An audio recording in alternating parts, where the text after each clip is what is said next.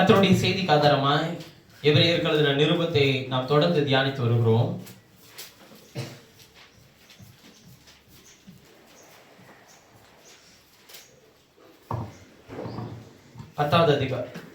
ஒன்பதாவது அதிகாரம், எபிரேயர் 9வது அதிகாரம். கடந்த வாரம் நாம் பேசினதனுடைய தொடர்ச்சியாக நாம் தியானிப்போம். எபிரேயர் 9:16 வாசிக்கலாம். ஏனென்றால் எங்கே மரண சாசனம் உண்டோ, ஏனென்றால் எங்கே மரண சாசனம் உண்டோ அங்கே அந்த சாசனத்தை எழுதினுடைய மரணமும் உண்டாக வேண்டும். அதாவது சில பைபிள்ல சாதனம் எழுதி இருக்கு, எங்கே மரண சாதனம் உண்டோன்னு எழுதி இருக்கு. என்னோட பைபிள்லாம் தமிழ் பைபிள், ஆனா அது ஆங்கிலத்தில் வாசிக்கும் போதும் சில தமிழ் பைபிளையும் மரண சாசனம் என்று எழுதப்பட்டிருக்கு. சாசனம் என்றால் ஒரு நிருபம், ஒரு உடன்படிக்கை அல்லது ஒரு தீர்மானம். எங்கே மரண சாசனம் உண்டோ அங்கே அந்த சாசனத்தை எழுதினவனுடைய மரணமும் உண்டாக வேண்டும். எப்படி எனில் மரணம் உண்டான பின்பே மரண சாசனம் உறுதிப்படும். மரண சாசனம் உறுதிப்படும். அதை எழுதினவன் உயிரோடு இருக்கிறதற்கு பலன் இல்லையே. அந்த மரண சாசனத்தை எழுதினவன் உயிரோடு இருக்கிற வரையிலும் அதற்கு என்ன இல்ல? பலன் இல்லையே. பலன் இல்லையே.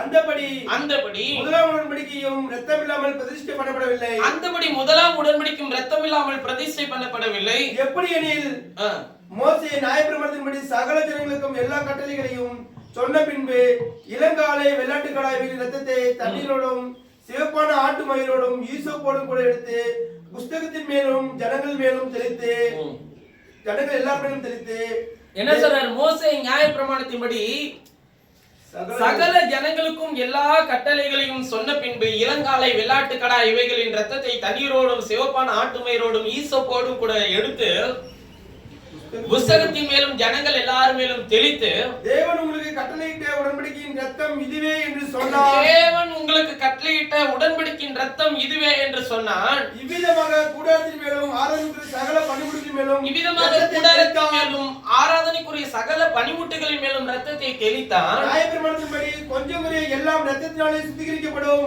நியாயப்பிரமாணத்தின்படி கொஞ்சம் குறைய எல்லாம் இரத்தத்தினாலே சுத்திகரிக்கப்படும். இரத்தம் சிந்துதல் இல்லாமல் மன்னிப்பு உண்டாகாது. இரத்தம் சிந்துதல் இல்லாமல் மன்னிப்பு உண்டாகாது. ஆதலால் பரலோகத்தில் உள்ளவைகளுக்கு சாயலானவைகள் இப்படிப்பட்ட பகையினாலே சாயலானவைகள் இப்படிப்பட்ட பலிகளினாலே சுத்திகரிக்கப்பட வேண்டியதாக இருந்தது. பரலோகத்தில் உள்ளவைகளோ இவைகளில் விசேஷித்த பலிகளாலே சுத்திகரிக்கப்பட வேண்டியதாமே. அந்தபடி மெய்யான பரிசுத்த ஸ்தலத்துக்கு கையினால் பாருங்க, மெய்யான பரிசுத்த ஸ்தலமா? அப்ப அதுக்கு முன்னாடி இருந்த ஒரு பரிசுத்த ஸ்தலம் இருக்கு, அத நம்ம முதலாம் கூடாரம்னு சொன்னோம். அது மெய்யான பரிசுத்த ஸ்தலம். மெய்யானன்னா அழியக்கூடாது. அந்த கூடாரங்கள் இப்பொழுது என்ன பண்ணிருச்சுங்க? அது அழிஞ்சிருச்சு. முதலாம் உடன்படிக்கை கர்த்தர் நீக்கிட்டார். ஆசரிப்பு கூடாரம் இன்றைக்கு நீக்கப்பட்டிருக்கிறது. ஆனால் மெய்யான பரிசுத்த ஸ்தலத்துக்கு அடையாளமான கையினால் செய்யப்பட்டதா இருக்கிற பரிசுத்த ஸ்தலத்தில் கிறிஸ்துவானவர் பிரவேசியாமல், அந்த கையினால் செய்யப்பட்டதான அந்த ஆசரிப்பு கூடாரத்தின் வழியாய் கிறிஸ்துவானவர் பிரவேசியாமல் பரலோகத்தில் தானே இப்பொழுது நமக்காக தேவனுடைய சமூகத்தில்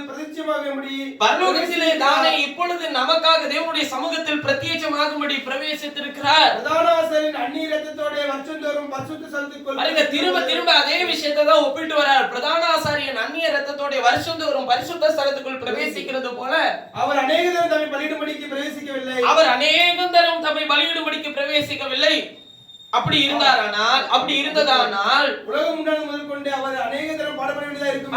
ஏன்னா இவர் உலகம் உண்டானது முதல் கொண்டு அவர் அநேகந்தரம் பாடுபட வேண்டியதா இருந்திருக்குமே. ஏன்னா இவர் உலக தோற்றத்துக்கு முன்னே என்னவா இருந்தாருங்க? பிரதான ஆசாரியர். இவர் அப்பயும் பிரதான ஆசாரியர் தான், இப்பயும் பிரதான ஆசாரியர் தான். இந்த வேலைக்கு ஒரு முடிவு இருக்கான்னு கேட்டீங்கன்னா அவர் சொல்ற நித்திய பிரதான ஆசாரியர். நான் உனக்காக உள்ள இருக்கிறேன்பா. இந்த நித்திய பிரதான ஆசாரியர்ன்ற முறைமை எப்ப வந்துச்சுன்னா மெல்கிசேதேக்கின் முறைமையில தான் வந்துச்சு. ஆசாரியத்துவம் வந்தது எப்ப? லேவிக்கு அப்புறம் தான். சரி, வாசி முடிங்க, அதுக்கப்புறம் நம்ம பேசலாம். அப்படி இருந்ததானால் உலகம் உண்டானது முதற்கொண்டு அவர் அநேகம் தரம் பாடுபட வேண்டியதா இருக்குமே. அவர் தம்மை தாமே பலியிடுது. அப்படி அல்ல, அவர் தம்மை தாமே பலியிடுகிறதுனாலே இவர் யாரும் அடிக்கல, இவரை யாரையும் பலி செலுத்த ஒப்பு கொடுக்கவும் இல்லை.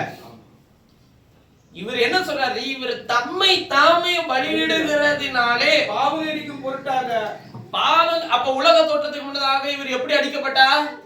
அவர் தம்மை தாமே அடித்தார். அவர் தம்மை தாமே பலியிடுகிறதுனாலே பாவங்களை நீக்கும் பொருட்டாக இந்த கடைசி காலத்தில் ஒரே தரம் வெளிப்பட்டார். அன்றியும் ஒரே தரம் மரிப்பதும் பின்பு நியாயத்தீர்ப்படைவதும் என்ன இதான் மனுஷனுக்கு நியமிக்கப்பட்டிருக்கான். ஒரு தரம் மரிப்பதும் ஒரே தரம் மரிப்பதும் பின்பு நியாயத்தீர்ப்படைவதும் மனுஷருக்கு. அப்படின்னா அதுல யாரு? நீதிமான், துன்மார்க்கன், சன்மார்க்கன் எல்லாரும் இருக்கிறாங்க. ஒரு தரம் தான் மரிப்பா, பின்பு நியாயத்தீர்ப்பு அடைவான். மறுபடியும் பிறக்க மாட்டான். பூனையா எலியா அப்படிலாம் வரமாட்டான். ஒரே தரம் மரிப்பதும் பின்பு நியாயத்தீர்ப்படைவதும் மனுஷனுக்கு நியமிக்கப்பட்டு இருக்கிறபடியே கிறிஸ்துவும் அநேகருடைய பாவங்களை சுமந்து தீர்க்கும்படி ஒரு தரம் பலியிட்டு ஒரே தரம் பலியிட்டு தமக்காக காத்துக் கொண்டிருக்கிறவர்களுக்கு ரட்சிப்பை அருளும்படி இரண்டாம் தரம் பாவம் தமக்காக காத்துக் கொண்டிருக்கிறவர்களுக்கு ரட்சிப்பை அருளும்படி இரண்டாம் தரம் பாவம் இல்லாமல் தரிசனமாவார். தரிசனமாவார்கள் ஃபியூச்சர்ல சொல்றாரு. என்ன அந்த தரிசனமாவார்? அவருடைய வருகையை குறித்து சொல்றாரு. பாருங்க, நியாயப்பிரமாணத்துல ஆரம்பிச்சு இவர் மாம்சத்துல வந்த வருகையில கொண்டு போய் முடிச்சு அதுக்கப்புறம் அவர் வரப்போற வருகையும் குறிச்சு ஒரே அதிகாரத்துல பேசியிருக்கிறார். போதும். இந்த நல்ல அற்புதமான இந்த நல்ல காலை பொழுதிலும் நாம் தியானிக்க போகிற செய்திக்கு ஆதாரமாக எடுத்துக்கொண்ட என்னுடைய மையப்பொருள் எபிரேயருக்கு கொடுத்த நிருபம் அதன் வெளிச்சம் என்கிற தலைப்பின் கீழ் இருந்து 96வது வாரம் உங்களோடு கூட கர்த்தருடைய வார்த்தையை நான் பேச நான் விரும்புகிறேன்.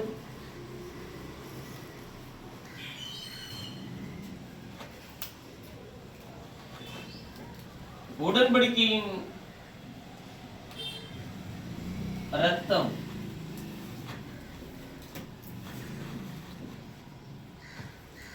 இதுவே என்று உங்களோடு கூட பேச விரும்புகிறேன். உடன்படிக்கையின் ரத்தம் இதுவே என்கிற மையப்பொருளை கொண்டு உங்களோடு கூட பேச நான் விரும்புகிறேன். ரத்தம் என்று சொன்னாலே கிறிஸ்தவர்களுக்கு இயேசு கிறிஸ்துவினுடைய ரத்தம் சகல பாவம் நீக்கி அவர்களை சுத்திகரிக்கும். ரத்தனாலே ஜெயம் என்றெல்லாம் நம்ம என்ன பண்ணுவோங்க சொல்லுவோம்.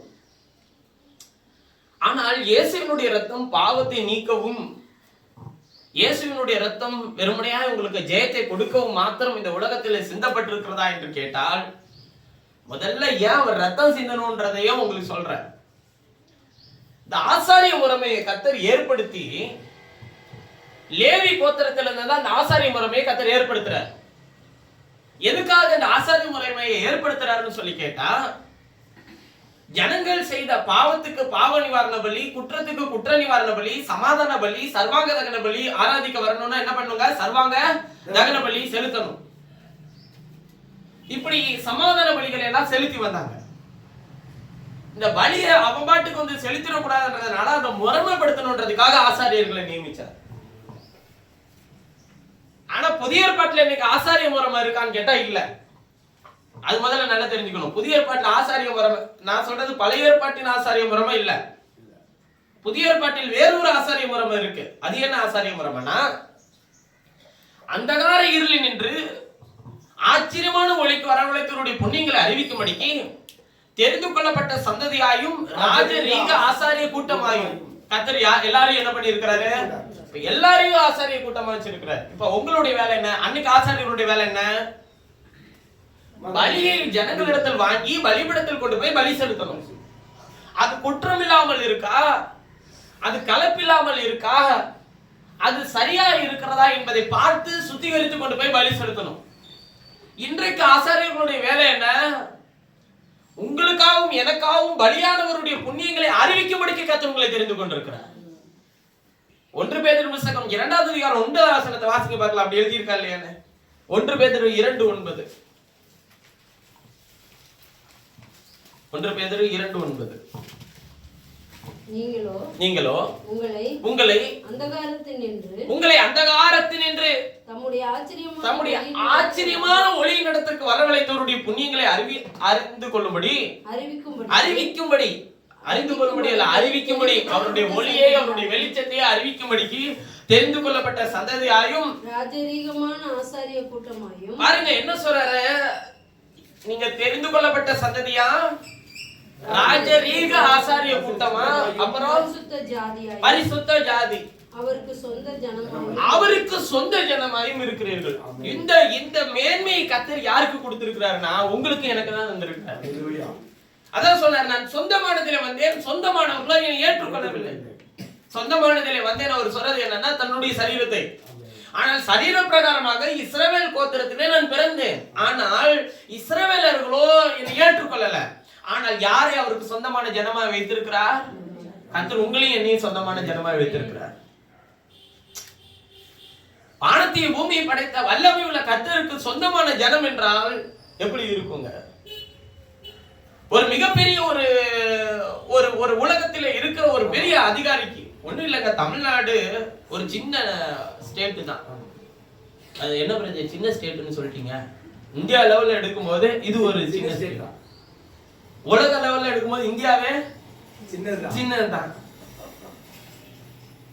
அப்படிப்பட்ட ஒரு அதிகாரி, இங்க இருக்கிற ஒரு அதிகாரியை தெரிஞ்சுக்கணும்னாலே எனக்கு இவரை தெரியுமா, எங்க வார்டு கவுன்சிலர் எங்க பக்கத்து தெரியுமா தெரியுமா அப்படின்னு நம்ம சொல்றோம்.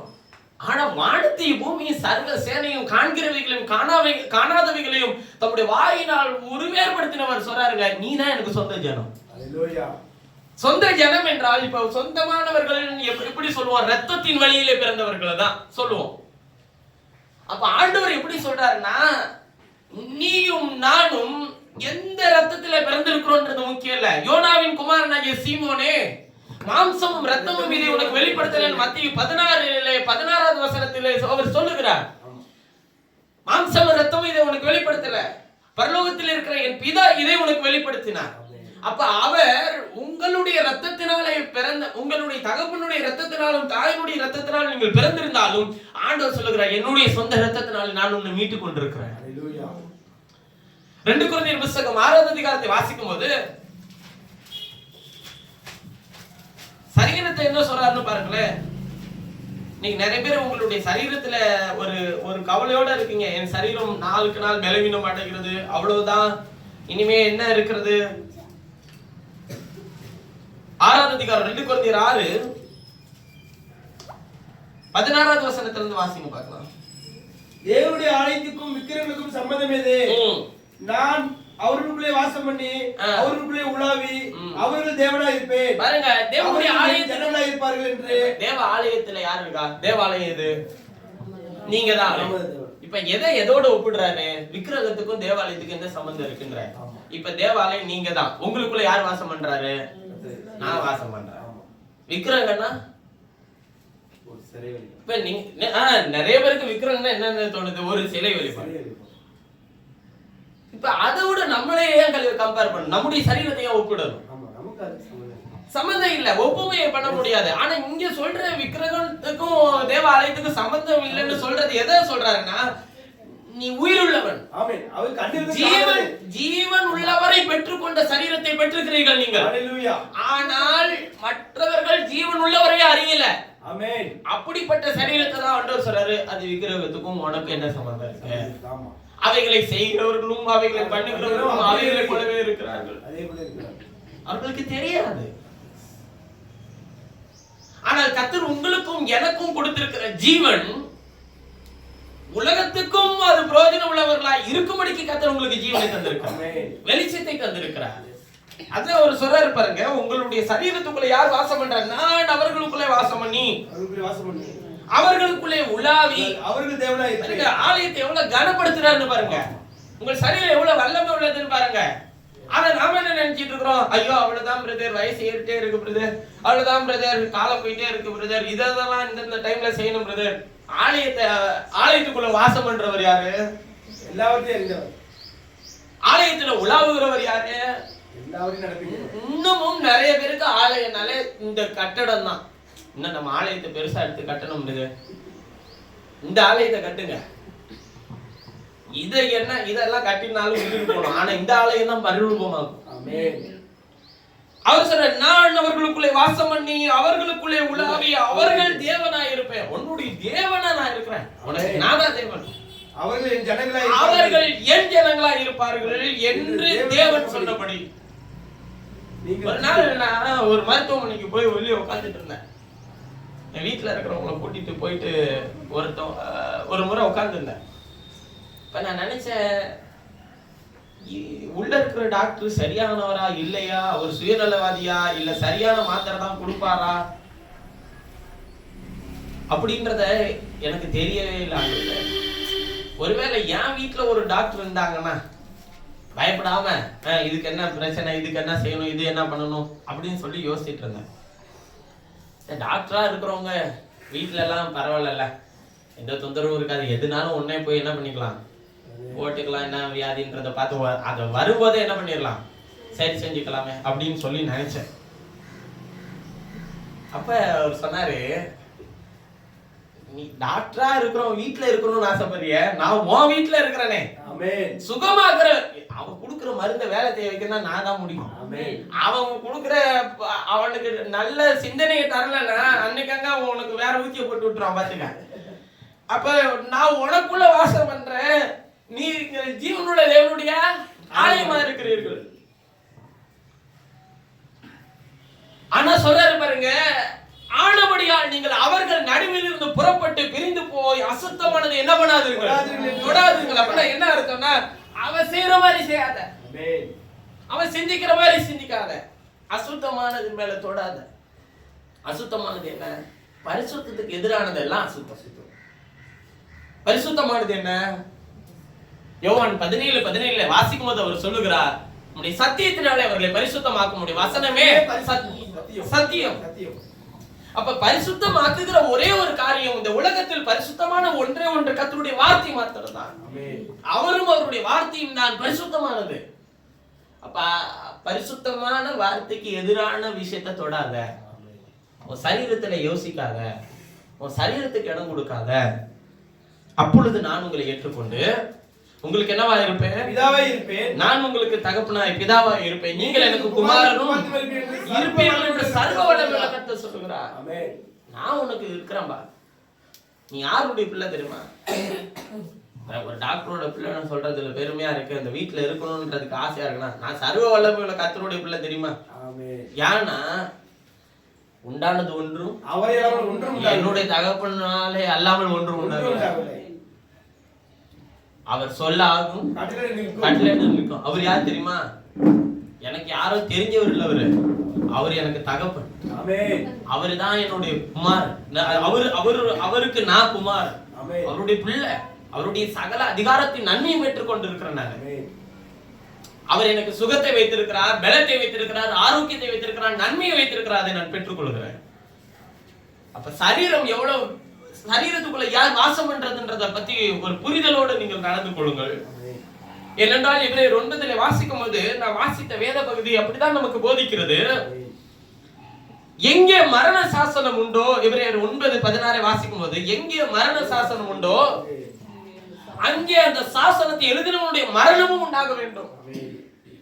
மரண சாசனம் அவர் சொல்றது எதை? நியாயப்பிரமாணத்தை. கலாத்தியர் நிருபத்தை எடுத்துக் கொள்ளுங்கள்.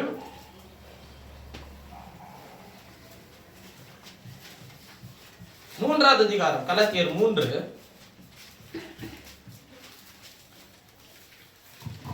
கலாத்தியர் 3:17 இருந்து வாசிக்க பார்க்கலாம்.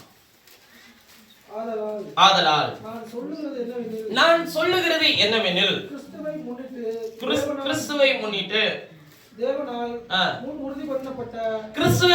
தேவனால் முன் உறுதி பண்ணப்பட்ட உடன்படிக்கை 430 வருஷத்திற்கு பின்பு உண்டான நியாயப்பிரமாணமானது தள்ளி,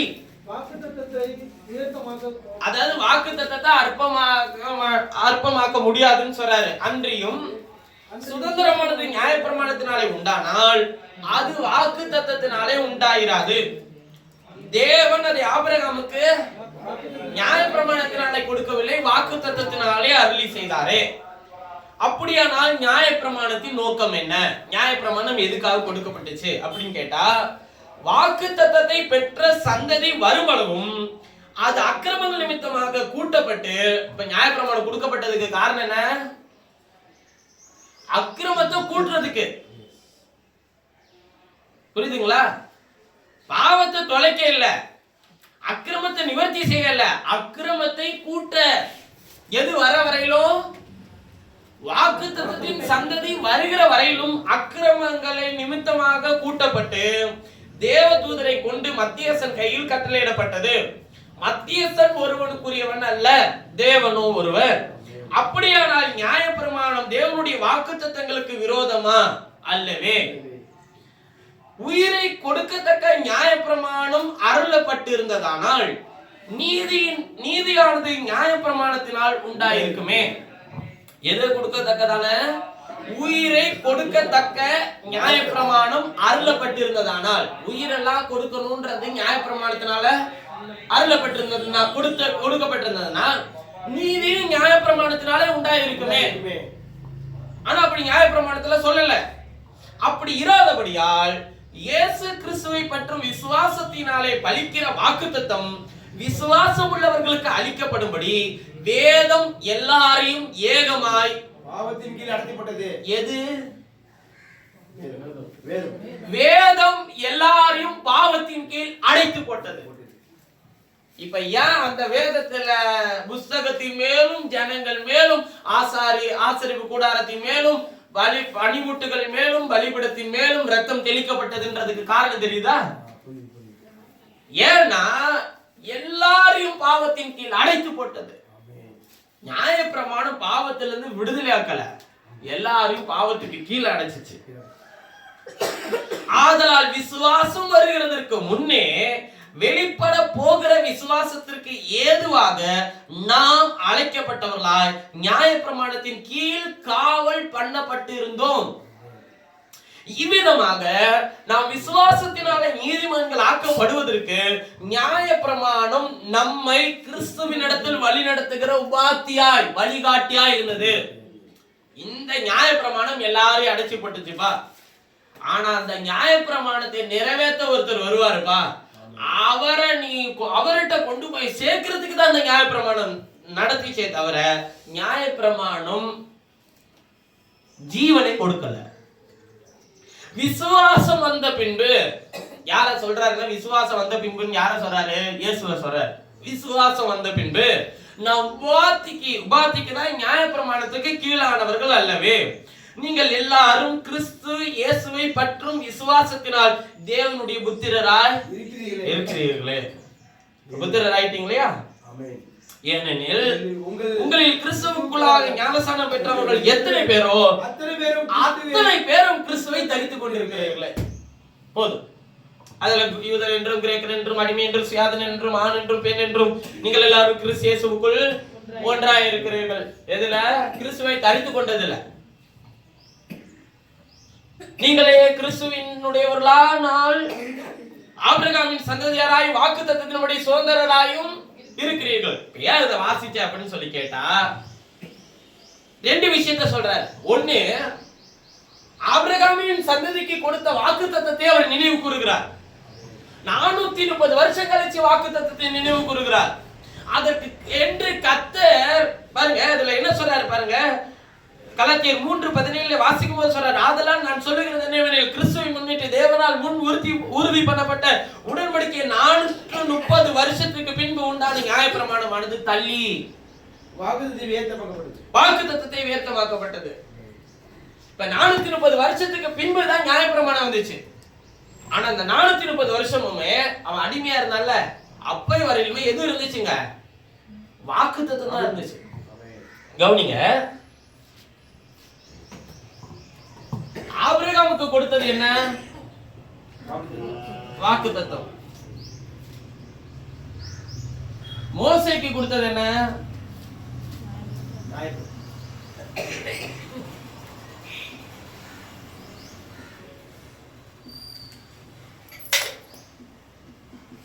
இப்ப நமக்கு கொடுத்திருக்கிறது என்ன?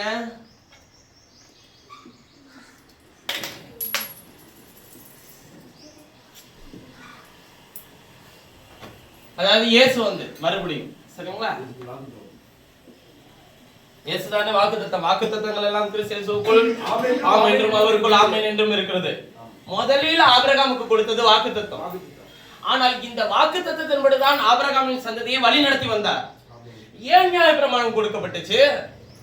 அக்கிரமங்களை கூட்ட. இன்னும் பாருங்க, இன்னும் ரோமர்ல ஒரு வசனம் இருக்கு, அதை வாசிப்போம். நியாயப்பிரமாணம் எப்படி வருது, நியாயப்பிரமாணத்தினுடைய நோக்கம் என்னன்னு.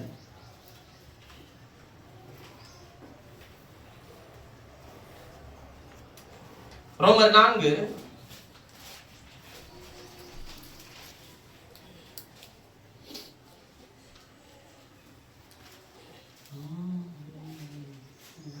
சரி, ரோமர் 3:30வது வசனத்தை வாசிங்க பார்க்கலாம். விருத்த சேதனமுள்ளவர்களே 30-31 வாசிங்க. விருத்த சேதனமுள்ளவர்களே விசுவாசத்தினாலும் விருத்த சேதனம் இல்லாதவர்களை விசுவாசத்தின் மூலமாயும் நீதிமான்களாக்கிற தேவன் ஒருவரே. அப்படியானால் விசுவாசத்திலே நியாயப்பிரமாணத்தை பாருங்க என்ன சொல்றாரு, அப்படி அல்ல, நியாயப்பிரமாணத்தை நிலைநிறுத்துகிறோமே, விசுவாசத்தினாலே நியாயப்பிரமாணத்தை அவமாக்குகிறோமோ அப்படி அல்ல, நியாயப்பிரமாணத்தை நிலைநிறுத்துகிறோமே நீங்க பவுல் சொல்றாரு. இன்னும் தொடர்ந்து அதை வாசிக்கும் போது பாருங்களேன், இது வந்து விருத்த சேதனத்துக்கு சொல்றாரு. அவன் என்ன சொல்லிட்டாங்க, எல்லாருமே நியாயப்பிரமாணத்தை ஃபாலோ பண்றவங்க மட்டும்தான் விருத்த சேதனம் பண்ணும், விருத்த சேதனம் பண்ணப்பட்டவன் தான் நியாயப்பிரமாணத்துக்கு கீழானவன், விருத்த சேதனம் பண்ணப்படாதவன் நியாயப்பிரமாணத்துக்குள்ள வரமாட்டான்னு சொல்லிட்டாங்க. பவுல் அப்பதான் கிருபையின் பிரமாணம் துவங்கி இருக்கிற காலம். பவுல் அப்போஸ்தலன் அதை ரோமர்களுக்கு வெளிப்படுத்துகிறார். அவர் தேவன் வந்து விருத்த சேதனம் உள்ளவனுக்கு விருத்த சேதனம் இல்லாதவனுக்கு எல்லாம் கிடையாது, அவர் எல்லாருக்கும் தேவன் ஒருவர் தான் அப்படின்றத அவர் சொல்லிட்டு சொல்றாரு. ரோமர் 5:12 வசனத்தை வாசிங்களேன். ரோமர் 5:12 இப்படியாக ஒரே மனுஷனாலே பாவமும் பாவத்தினாலே மரணமும் உலகத்திலே பிரவேசித்தது போலவும், இப்படியாக ஒரே மனுஷனாலே பாவமும் பாவத்தினாலே மரணமும் உலகத்திலே பிரவேசித்தது போலவும், எல்லா மனுஷரும் பாவம் செய்தபடியால் மரணம் எல்லாருக்கும் வந்தது போலவும் இதுவும் ஆயிற்று. மரணம் எல்லாத்துக்குமே வந்துச்சு. எந்த மரணம்? சரீர பிரகாரமான மரணம் இல்ல, ஆத்ம மரணம் எல்லாருக்குள்ளயும் வந்துருச்சு. அதான் சொல்றாரு, என் தாய் என்னை பாவத்திலே கர்ப்பம் தரித்தா. இப்ப சரீர பிரகாரமான மரணம் யாருக்கும் வரலையா பிரதர் அப்படின்னு சொல்லி, ஆத்மா மரணம் அடைஞ்சதுனாலதாங்க சரீரம் மரணம் அடைஞ்சிச்சு. ஆனா ஆத்மாவுக்கும் சரீரத்துக்கும் கர்த்தர் மீண்டும் ஒரு காரியத்தை வச்சிருக்கிறார். ஒரு உயிர் தெளிதலை வைத்திருக்கிறார். சரீரத்துக்கு ஆத்மாவுக்கு ஒரு உயிர்ப்பிப்பை வைத்திருக்கிறார். நம்ம கர்த்தர் அக்கிரமங்களிலும் பாவங்களிலும் மரித்தவர்களா இருந்தோம் இல்லையா, கிறிஸ்து உடனே கூட உயிர்ப்பித்தது எதை? உங்க ஆத்மாவை. உயிர்த்தல பண்ண போறது எதை? உங்கள் சரீரத்தை. அப்ப உயிர்த்தல்றதுக்கும் உயிர்ப்பிக்கிறதுக்குமே வித்தியாசம் இருக்கு. பக்தனாகிய தாவீது சொல்லும்போது சொல்லுகிறார், என் ஆத்மா மண்ணோடு ஒட்டி இருக்கிறது, வசனத்தின்படி என்னை உயிர்ப்பியும். அப்ப மண்ணோடுனா உலகத்தோடு ஒட்டி இருக்கு. அப்ப உயிர்ப்பிக்கிறது உங்கள் ஆத்மாவை, உயிர்த்தல பண்ண போகிறது உங்கள் சரீரத்தை. புரியுதுங்களா? அப்ப என்ன சொல்றாரு, பாவம் எல்லா மனுஷரும் பாவம் செய்தபடியால் மரணம் எல்லாருக்கும் வந்தது போலவும் இதுவும் ஆயிற்று. நியாய பிரமாணம் கொடுக்கப்படுவதற்கு முன்னும் பாவம் உலகத்தில் இருந்தது. நியாய பிரமாணம் இல்லாதிருந்தால் பாவம் அப்படின்னா என்ன அர்த்தம்? நியாய பிரமாணம் ஒண்ணு இல்லைன்னா பாவம் ஒண்ணு பெரிய இருக்காது. ஏன்னா அதுக்கு முன்னாடி ஒரு என்ன கொடுத்திருந்தாருங்க, வாக்குத்தத்தம். வாக்குத்தத்தம் இருக்கிற வரையிலும் அவங்க செய்தது எதுவுமே பாவமாக எண்ணப்படவே இல்லை. ஏன்னா தொழுது கொள்ளும் போதுதான் பலி செலுத்தினாங்க. பலிபீடத்தை உண்டாக்கி பலியை செலுத்தினது எதுக்கு மட்டும்தான்? கர்த்தரை ஆராதிக்கிறதுக்கு தான். அது எப்பையில இருந்து துவங்கிச்சுங்க? காயின் ஆபேல்ல இருந்து துவங்கிருச்சு. அப்ப நோவாவும் வெளியே வந்து என்ன பண்ணினான்? பலிபீடத்தை கட்டி கர்த்தருடைய நாமத்தை தொழுது கொண்டான். ஆபிரகாமும் கர்த்தருடைய நாமத்தை தொழுது கொண்டான், பலிபீடத்தை கட்டி. ஈசாக்கும் தொழுது கொண்டான், யாக்கோபும் தொழுது கொண்டான், எல்லாரும் தொழுது கொண்டு வந்தார்கள். ஆனால் அந்த பலிபீடம் என்னைக்கு பாவ நிவாரண பலி, குற்ற நிவாரண பலி, சர்வாங்க தகன பலி வாங்கிச்சோ அப்பதான் வாக்குத்தத்தத்தை விட்டு இவங்க எங்க போனாங்க? நியாயப்பிரமாணத்துக்கு. இந்த நியாயப்பிரமாணம் கொடுக்கப்பட்டதனுடைய நோக்கம் என்னன்னா அக்கிரமத்தை கூட்ட. இன்னும் சொல்ல போனா வாக்குத்தத்தம் பண்ணப்படுகிற சந்ததி வருமளவும் இந்த பிரமாணத்தை கொடுத்தார். அப்ப இங்க வாக்குத்தத்தம் முதல்ல கொடுக்கப்பட்டது யாருக்கு? ஆபிரகாமுக்கு. சரிதானே? இப்ப கவனிங்க. இப்ப இங்க மோசேக்குள்ள நியாயப்பிரமாணத்தை வாங்கின சந்ததி யாருடைய சந்ததி? ஆபிரகாம் எந்த வம்சத்துல வந்தாரு? நோவா வீட்ல இருந்து வருவோம். சேமின் வம்சாவளியில வந்தவர் தான் ஆபிரகாம். இந்த ஆபிரகாமுக்கு தான் கர்த்தர் வாக்குத்தத்தம் பண்ணார், நான் உன்னை பெரிய ஜாதி ஆக்கி உன்னை ஆசீர்வதித்து உன்னை நான் பெரிய ஜாதி ஆக்குவேன்னு சொல்லி சொல்றாரு. பூமியில் உள்ள எல்லா ஜாதிகளுக்கும் நீ என்னவா இருப்பார்? தகப்பனா இருப்பார் அப்படிலாம் சொல்றார். ஆபிரகாம் வாக்குத்தத்தம் பண்ணப்பட்டவன். அப்ப அவனுடைய சந்ததி வாக்குத்தத்தம் பண்ணப்பட்டது தானே. இப்ப இந்த வாக்குத்தத்தம் பண்ணப்பட்ட சந்ததியை நடத்திட்டு வரும்போது இந்த வாக்குத்தத்தம் பண்ணப்பட்ட சந்ததி தான் 430 வருஷம் என்னதுல போனுச்சுங்க? அடிமைத்தனத்துக்குள்ள போனுச்சு, எகிப்தின் அடிமைத்தனத்துல. அந்த அடிமைத்தனத்துல இருக்கிற வரையும் அவங்க மேல என்னவாதான் எதுதான் இருந்துச்சுங்க? வாக்குத்தத்தம் அவங்க மேல இருந்துச்சு. நல்ல விளங்கிக்கோங்க. எகிப்தின் அடிமைத்தனத்தில் வாக்குத்தத்தம் பண்ணப்பட்ட ஆபிரகாமின் சந்ததி போனது. போவாங்கன்னு ஏற்கனவே ஆபிரகாமுக்கு வாக்குத்தத்தம் அவர் சொன்னாரா இல்லையா? உன்னுடைய சந்ததியார் எகிப்திலே 400 வருஷம் அங்கே அடிமைகளா இருப்பார்கள் சொல்லி சொன்னாரா இல்லையா? சொன்னார். சொன்னபடியே அவங்க அடிமையா போயிட்டாங்க. இப்ப இந்த வாக்குத்தத்தம் பண்ணப்பட்ட வாக்குத்தத்தத்தை பெற்ற ஆபிரகாமின் சந்ததி தான் அடிமைத்தனத்திலும் இருந்தது. இப்ப அடிமைத்தனத்திலிருந்து விடுதலை ஆகுனா இஸ்ரவேலர்களை வனாந்தரத்துல வழி நடத்தி வந்தது, அவங்களுக்கு கண்மலையிலிருந்து தண்ணீரை கொடுத்தது, தூதர்கள் சாப்பிடக்கூடிய மன்னாவை கொடுத்தது. இதெல்லாம் யார் புசிச்சது? இதே வாக்குத்தத்தத்தை பெற்ற சந்ததி தானே புசிச்சாங்க. எல்லாம் செஞ்சுட்டு வந்துட்டு நியாயப்பிரமாணத்தை வாங்கினா பாருங்க, அப்பயே அவன் வாக்குத்தத்தத்தின் சந்ததியார் என்கிற பேர் அவனை விட்டு நீங்கிருச்சு. என்ன பிரதர் நீங்க சொல்றீங்க அப்படின்னு சொல்லி கேட்டீங்கன்னா இங்கதான் வித்தியாசம் இருக்கு. ஆபிரகாமுக்கு 2 குமாரர் இருந்தார். ஒருத்தன் யாரு? இஸ்மவேல். இன்னொரு குமாரன் யாரு?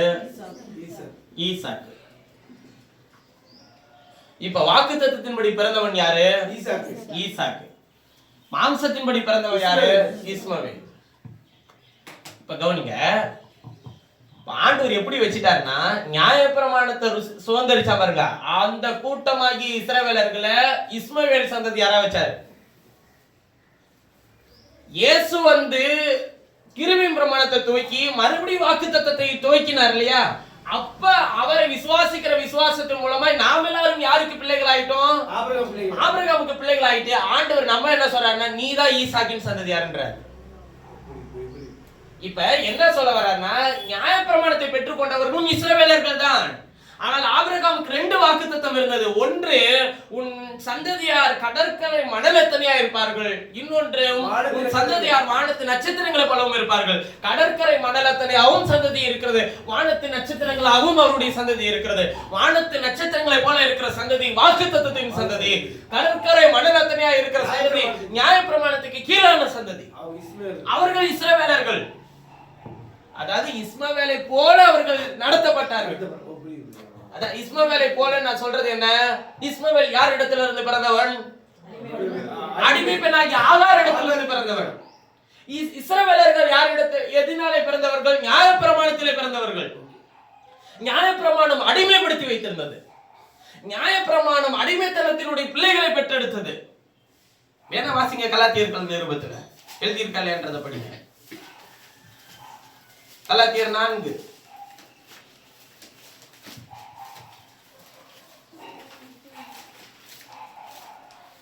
23வது வசனத்திலிருந்து வாசிக்கலாம்.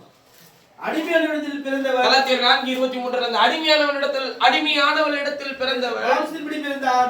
அதான் இஸ்மவேல். சுயாதீனத்தில் பிறந்தவர் வாக்குத்தத்தத்தின்படி பிறந்தார். சுயாதீனம் உள்ளவனிடத்தில் பிறந்தவன் வாக்குத்தத்தத்தின்படி பிறந்தவன். இவைகள் ஞான அர்த்தமுள்ளவைகள். அந்த ஸ்திரீகள் 2 ஏற்பாடுகளாம். அந்த ஸ்திரீகள் 2 ஏற்பாடுகள். அதாவது எந்த ஸ்திரீகளை சொல்றாரு? சாராளையும் ஆகாரையும். ஆகாரி சொல்றாங்க. 2 ஏற்பாடுனா ஒரு ஏற்பாடு என்ன?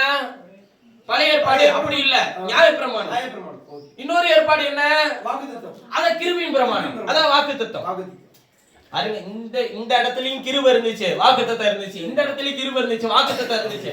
ஆனா மோசேயின் நியாயப்பிரமாணத்துக்குள்ள எதுவே இல்ல, வாக்குத்தத்தம் இல்ல. ஆனா நீங்க நல்ல கவனிங்க, உபாகமத்தின் புத்தகத்துலதான் நீங்க படிக்கிற எல்லா ஆசீர்வாதமும் உங்க மேல வந்து பலிக்கும் அப்படின்னு சொல்றாரு. உபாகமத்தின் புத்தகத்துல தானே நியாயப்பிரமாணம் கொடுக்கப்பட்டதுக்கு அப்புறம் தானே ஆசீர்வாதத்தையும் கொடுக்கிறாரு. நல்ல கவனிங்க. இப்ப நீங்க வாக்குத்தத்தம் இருக்கிறது பூரா எதைதான்? அந்த உபாகமத்தின் புத்தகத்துல இருக்கிற எல்லா ஆசீர்வாதத்தையும் தான் வாக்குத்தத்தமா நீங்க விசுவாசிக்கிறீங்க. உன் மாபிசைகளை தொட்டி ஆசீர்வதிக்கப்பட்டிருக்கும், உன் களஞ்சியங்கள் ஆசீர்வதிக்க, என்ன ஆசீர்வதிக்கப்பட்டிருக்கும், அது ஆசீர்வதிக்க, எல்லாமே சொல்றாரு. நீங்க உபாகமத்துல ஆசீர்வாதத்தை பத்தி படிக்கிற நீங்க கீழே இருக்கிற சாபத்தை வாசிக்க மாட்டேறீங்க. உபாகமத்துல ஆசீர்வாதத்தை சொன்ன அதே 28வது அதிகாரத்துல கீழே என் கட்டளை மீறி நடந்தினா எத்தனை ஆசீர்வாதம் அதிகமா இருக்கா சாபம் அதிகமா இருக்கான்னு வேணா வீட்டுல உட்காந்து வாசிச்சு பாருங்க. சாபம் தாங்க அதிகமா இருக்கும்.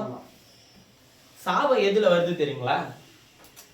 இப்ப நமக்கு சாபம் வருமா? நான் மறுபடியும் அதை இதையும் தெளிவுபடுத்தணும். அப்ப பிரதர் சாபம் வரும்னு சொல்றாரோ அப்படின்னா நல்லா கவனிச்சுக்கோங்க. இப்ப உங்க மேல எந்த சாபமும் கிடையாது.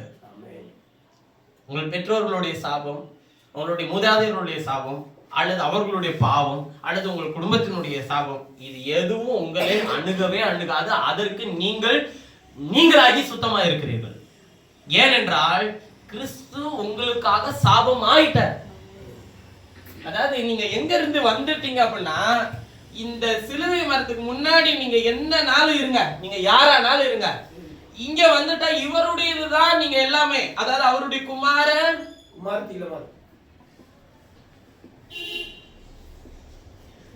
இப்ப இவர் அவருடைய பிள்ளைங்களுக்கு சாபத்தை கொடுப்பாரா? அவருடைய பிள்ளைங்களுக்கு குறைவை வச்சிருக்கிறாரா? அப்புறம் ஏன் பிரதர் எனக்கு நடக்குது அப்படின்னு சொல்லிக்க, அந்த குறைவில தான் அவர் நிறைவா இருக்கிறதே உங்களுக்கு காண்பிக்க நடக்கிறது. நம்மளுடைய விசுவாசம் தான் இன்னும் சரி வரல. நாம் வேத வசனத்தை விசுவாசிக்கிறவங்களா மாறணும். யாரும் சொல்றதை விசுவாசிக்க கூடாது. வேத வசனத்தை விசுவாசிக்கும் போதுதான் அந்த வார்த்தை உங்களுடைய வாழ்க்கையில நிறைவேறும். பாருங்க, வாக்கு தத்தத்துல என்ன பிரச்சனை தெரியுங்களா? 2 இடத்துலயுமே நியாயப்பிரமாணம் கையில புஸ்தகமா கொடுக்கப்பட்டுச்சு. ஆனா இந்த இடத்துல என்ன கொடுக்கப்படல? புஸ்தகமாலாம் ஒண்ணுக்கு அச்சடிச்செல்லாம் தரல. என்ன சொன்னாரு? உன்னை இந்த தேசத்தை சுதந்திரிக்க பண்ணுவேன், அவ்வளவுதான். வாக்கு தத்தத்தை அவர்கள் அசட்டையா நடத்தினார்கள். ஆனா நியாயப்பிரமாணத்துல அப்படி நடக்க முடியாது. அசட்டையால நடக்க முடியாது. கண்ணுக்கு கண், பல்லுக்கு பல், ரத்தத்துக்கு ரத்தம் வாங்கிடுவாரு.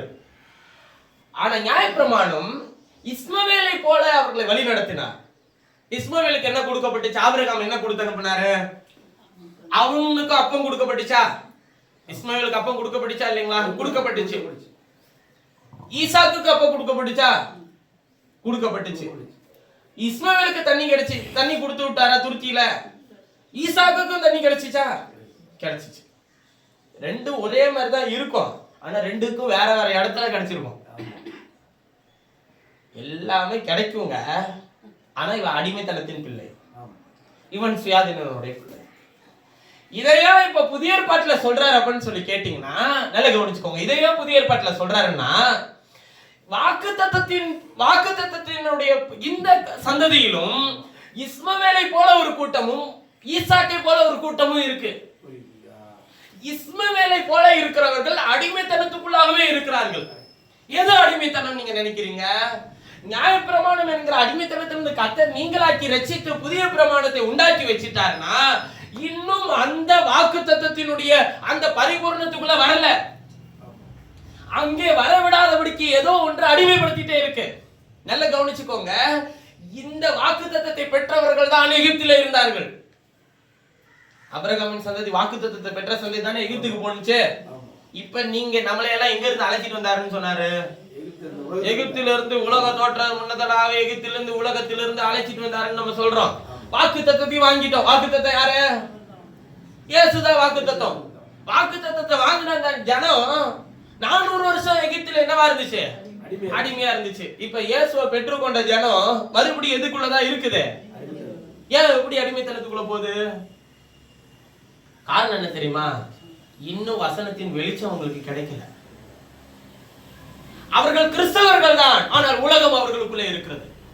அவர்கள் கிறிஸ்தவர்கள் தான் உலகத்துக்கு ஏற்றபடி வாழ்வார்கள். அவர்கள் கிறிஸ்தவர்கள் தான் உலகத்தை பிரியப்படுத்த வாழ்வார்கள். அவர்கள் கிறிஸ்தவர்கள் தான் உலகத்தின் மனிதர்களுக்காக வாழ்வார்கள். ஆனால் நீங்கள் தேவனுடைய வார்த்தைக்கு என்று வாழும்போது உலகத்தின் மனிதர்களையும் உலகத்தில் இருக்கிற மனிதர்களுடைய சிந்தனையும் ஜெயம் கொள்கிறவர்களா இருப்பீர்கள். ஏன்னா சில நேரத்துல நம்ம உலகத்துல யாருக்காச்சும் வாழ வேண்டியதா இருக்கும் பாருங்க. ஏன்னா எல்லா உறவுகளையும் நியமிச்சது யாருங்க? கர்த்தர் தான். அதுக்காக நீங்க வாழாமலாம் இருக்க முடியாது, வாழ்ந்துதான் ஆகணும். என்ன சொல்றாரு? உங்கள் விவேகத்துடனே உங்கள் மனைவியோடனே வாழ்ந்து அப்படின்னு சொல்றாரு. புருஷர்களை குறித்து சொல்லும்போது மனைவியை குறித்து சொல்ற மாதிரி எல்லா விதத்திலும் உங்கள் சொந்த புருஷருக்கு கீழ்ப்படியுங்கன்றாரு. பிள்ளைகளை குறித்து சொல்லும்போது சொல்றாரு உங்கள் பெற்றாருக்கு கீழ்ப்படியுங்கன்றாரு. இப்ப எல்லா உறவையும் ஒன்ன கம்பைன் பண்ணி தான் என்ன பண்ண வச்சிருக்கிறாருங்க, சார்ந்துதான் வாழ வச்சிருக்கிறாரு. அதனால என்ன அர்த்தம்? நீ அவங்களுக்காகவே வாழு அப்படின்னு அர்த்தம் இல்ல, அவங்களெல்லாம் கொடுத்த ஆண்டவருக்காக வாழு. அப்போ உலகத்தின் மனிதர்களை பிரியப்படுத்த சந்தோஷப்படுத்த நாம கத்திர விட்டுறக்கூடாது. கர்த்தருடைய வேத வசனம் என்ன சொல்லுதோ அதுக்குதான் நான் நிற்பேன். அதுல அப்படி நிக்கும் போது எல்லாரையும் உங்களிடத்துக்கு திருப்பி கொண்டு வரும் கர்த்தர் வல்லமை உண்டு. ஏங்க, யோசேப்புக்கு கொடுத்த தரிசனத்தில் அவன் உறுதியா இருக்கும்போது சகோதரர்களை திரும்பி வர பண்ணின தெய்வம் இன்றைக்கு மாறாதவரா இருக்கிறாரா இல்லைங்களா? அவர் நேற்றும் இன்றும் மாறாதவர். அவர் வார்த்தையில் உண்மை உள்ள தெய்வம். அப்போ உங்களுக்காக இந்த புதிய பிரமாணத்தை துவக்கி வாக்குத்தத்தத்தை உண்டாக்கி அவர் உள்ள போனதனுடைய நோக்கம் என்ன நீங்க நினைக்கிறீங்க? இங்க நிறைய பலி செலுத்தி எல்லா அக்கிரமத்தையும் செய்தாச்சுப்பா, அக்கிரமத்தை கூட்டியாச்சு. இப்ப இவன் யாரும் என்னுடைய வாக்குத்தத்தத்துக்குள்ள வரமாட்டாங்க. யாரு? இந்த இஸ்ரவேலர்கள் யாரு? மாம்சத்தின்படி இருக்கிற இஸ்ரவேலர்கள் யாரு எங்க வரமாட்டாங்க? வாக்குத்தத்தம் யாரு? இயேசுவுக்குள்ள வர முடியாது. மறுபடியும் சொல்றேன், இஸ்ரவேலர்கள் யாரும் இயேசுவுக்குள் வர முடியாது. மாம்சத்தின்படி இஸ்ரவேலர்கள் யாரும். ஏனென்றால் சொந்தமானவர்கள் அவரை ஏற்றுக்கொள்ளல. இப்ப கர்த்தர் யாரை சொந்தமா வச்சிருக்கிறாரு? உங்களையும் என்னையும் தான் சொந்தமா வச்சிருக்கிறாரு. இப்ப நாம யாருக்குள்ள இருக்கிறோம்ன்றாருங்க, கிறிஸ்துவை தரித்துக் கொண்டிருக்கிறீர்கள்ன்றாரு. இப்ப நீங்க நியாயப்பிரமாணத்துக்கு கீழே இல்ல, நீங்கள் அடிமை பெண்ணாகிய ஆகாருடைய பிள்ளைகள் அல்ல. ஏன்னா அவதான் சீனாய் மலையில் உண்டான ஏற்பாடு. இன்னொரு ஏற்பாடு சாராள், அது சுயாதீனத்தின் ஏற்பாடு. அது வாக்குத்தத்தத்தின்படி பிள்ளைகளை பெற்றெடுத்தார். அப்ப ஒரே ஒரு பிள்ளைதான் வாக்குத்தத்தம். யாருங்க? ஈசாக்கு. இங்க ஒரே ஒரு பிள்ளைதான் வாக்குத்தத்தம். அது யாருங்க? இயேசு கிறிஸ்து. இயேசு கிறிஸ்துவை விசுவாசிக்கிற விசுவாசத்தின் மூலமா நீங்கள் யாருக்கு என்னவாயிட்டீங்க? ஆபிரகாமின் சந்ததியார் ஆயிட்டீங்க. இயேசு ஒரு முறை பூமியில இருக்கும்போது அழகா சொல்றாரு, இந்த கல்லுகளினாலே தேவன் ஆபிரகாமுக்கு பிள்ளைகளை உண்டு பண்ணவர் வல்லவராய். யோவான் சாணகன், சாரி அது இயேசு அல்ல, யோவான் சாணகன் சொல்லியிருப்பார். யோவான் சாணகன் ஒரு இடத்துல சொல்லும்போது தர, விரியன் பாம்பின் குட்டிகளே, வருங்கோபத்துக்கு உங்களை தப்பித்துக் கொள்ள வகை காட்டினவன் யார்?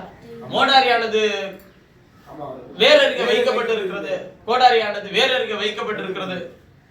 நல்ல கனி கொடாத மரம் எல்லாம் வெட்டுண்டு அக்கினியில போடப்படும் அப்படின்னு சொல்லிட்டு உங்கள் இருதயத்தில் நீங்கள் ஆபிரகாமுக்கு பிள்ளைகள் என்று எண்ணிக்கொள்ளாதிருங்கள்.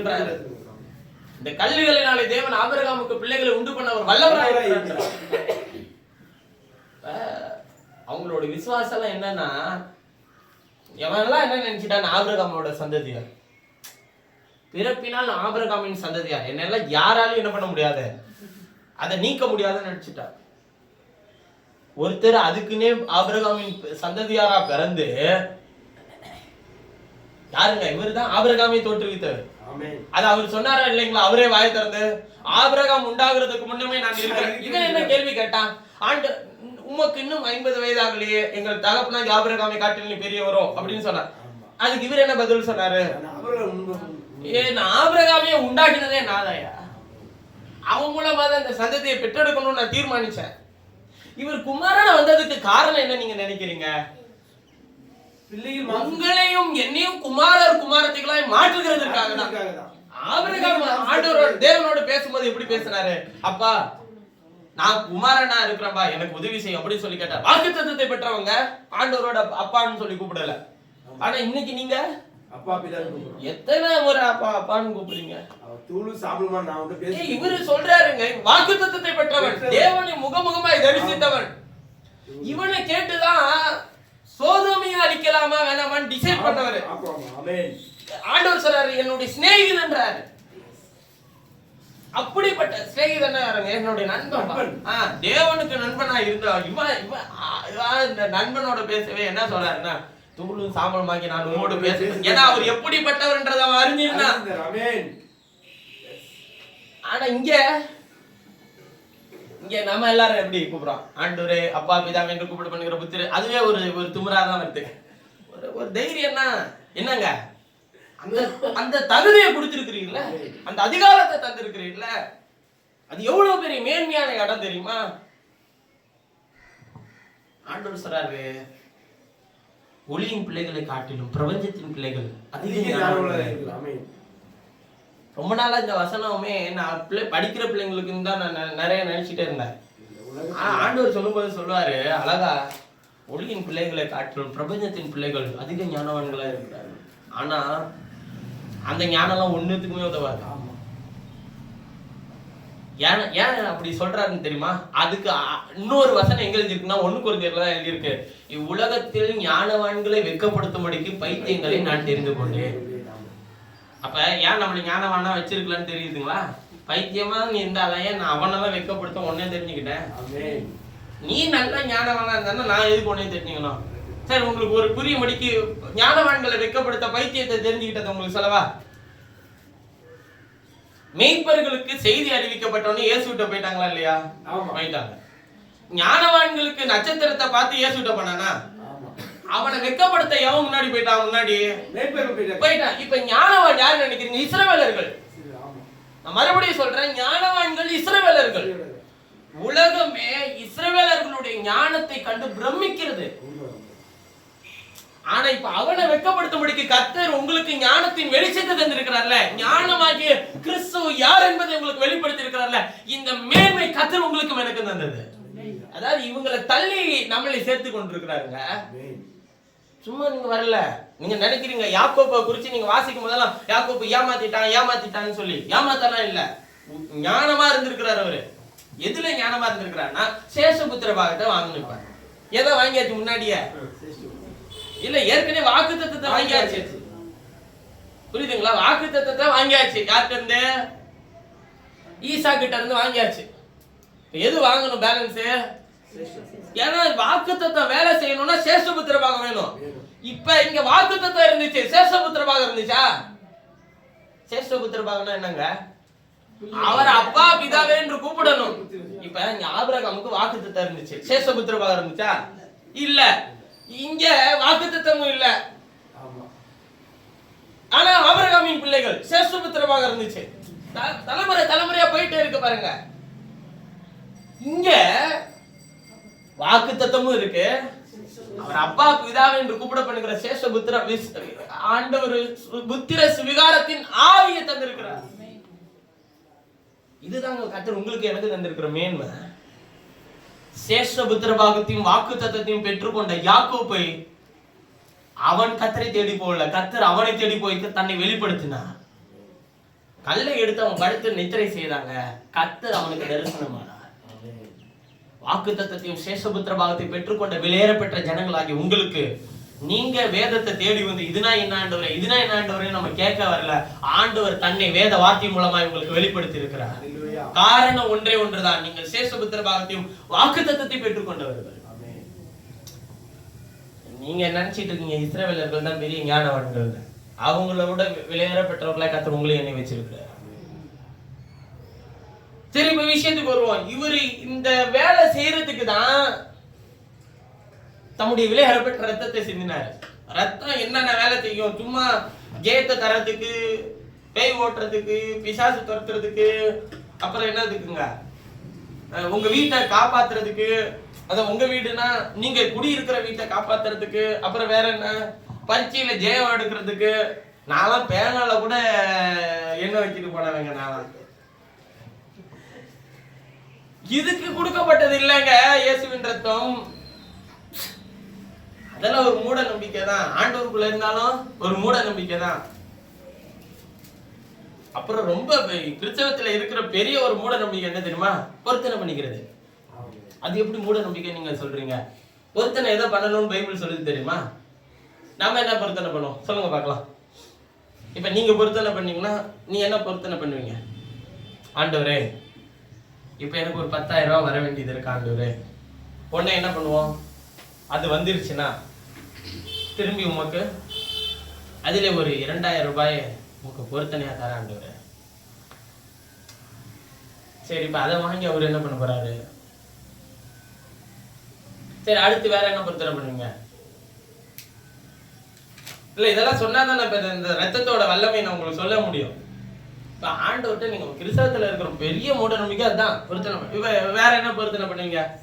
சாப்பாடு போடுற ஆண்டவரே, இந்த நியூ இயர் சர்வீஸ் வரும்போது சர்ச்சில் சாப்பாடு வாங்கி கொடுக்குற ஆண்டவரே, ஆண்டவரே இது மட்டும் நடந்துருச்சுன்னா ஒரு முட்டை போடுற ஆண்டவரே, எல்லாருக்கும் ஸ்வீட் வாங்கி கொடுக்குற ஆண்டவரே.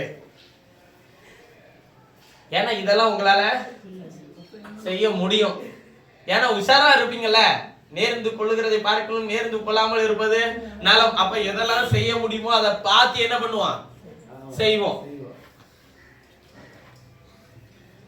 நீர் ஒரு பிள்ளைய தருவீரானா, அந்த பிள்ளைய உமக்கே தருகிற ஆண்டவரே, செய்ய முடியுமா? கஷ்டம். ஏன்னா அது யாரு பிள்ளை? அது என் பிள்ளை ஆண்டவரே. கொடுத்த என் பிள்ளைக்காக நன்றி, கொடுத்த என் பிள்ளைக்கு நல்ல ஞானத்தை கொடுக்கறதுக்காக நன்றி. அது நம்மளால என்ன பண்ண முடியாது.